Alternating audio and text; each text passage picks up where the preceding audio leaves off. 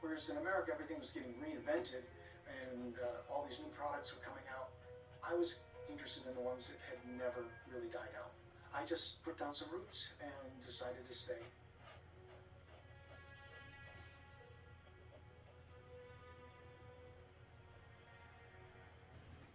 Long point, like the other ones. It is still blunt, but that's a nice long point. I'll do that for a number of pencils. Let me do that for the 2H also. One word is that it's kind of nice to not get pencil shavings everywhere in your studio. So I either do this above a trash can or on a piece of paper that I can later clean up.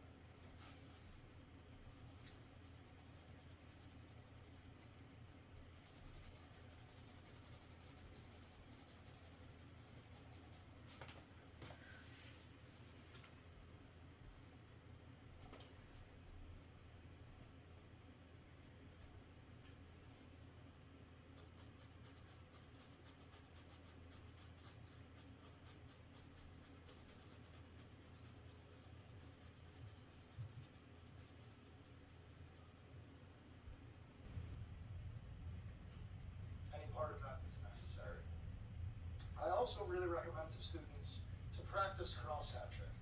You know, I'm an artist that likes a good deal of visible hatching, and it is as much as a artistic skill, it is a motor skill to be able to do this.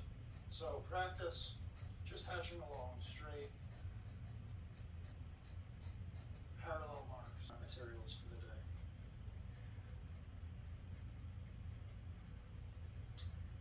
Same trick. I want to show you a slightly different way of doing it. I will actually put my finger and hold right at the edge to prevent me from putting any sort of pressure that would, you know, crack the pencil.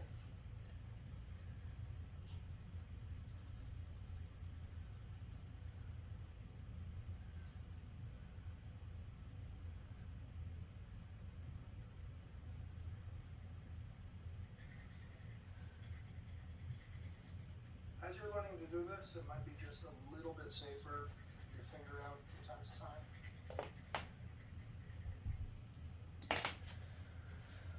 Same deal as the other pencils. Even though this is starting to get shorter, I hold it all the way out of the back.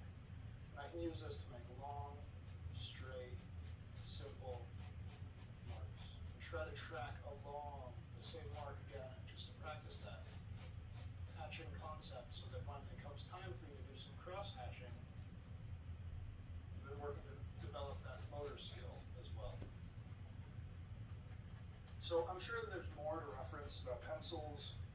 We'll think of something, but this is a good general background and just like maintaining them.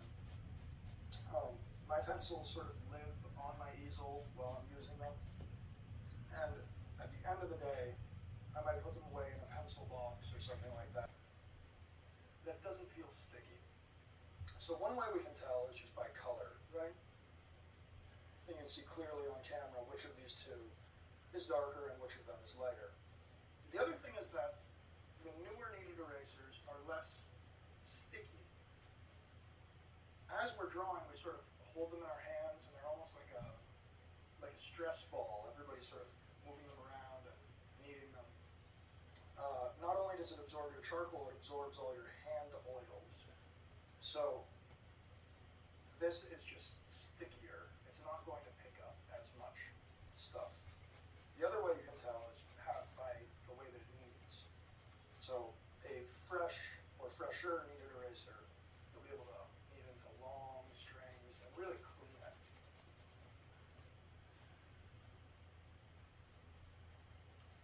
I hope my mic can pick that up also, that snapping sound.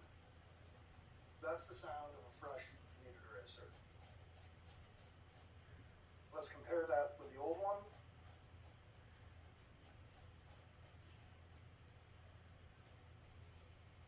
It just doesn't knead the same, right? It's not as stringy. And although it does get a little lighter, it keeps this sort of waxy look. Either one will work. Either one is a kneaded eraser, but the newer one just erases better. Not only does this have more charcoal and pencil graphite in it, it's also black mirror, I am looking at both my subject and my artwork next to it, right?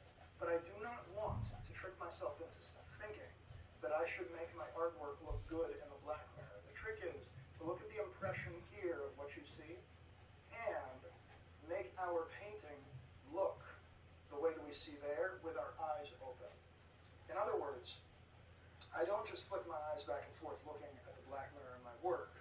I look in the black mirror, I recall that image, I look at it again, and I try to make my painting look like the impression of light that I see in the black mirror when I have my eyes open looking at my drawing or painting.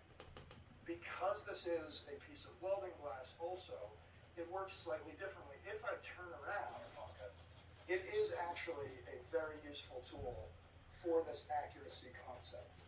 It works just the same way as a normal piece of welding glass.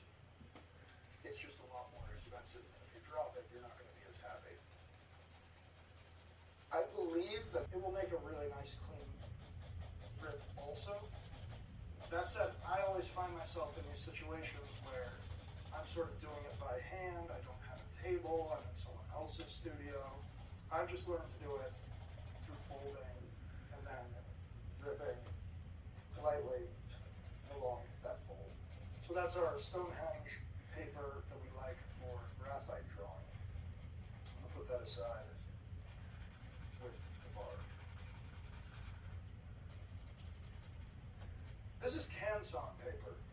It is Canson Maitante for either pencil or charcoal, whereas in Stonehenge I really just use for graphite.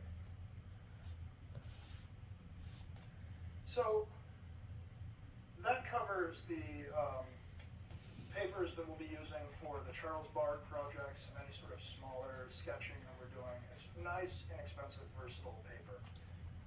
This paper is not inexpensive.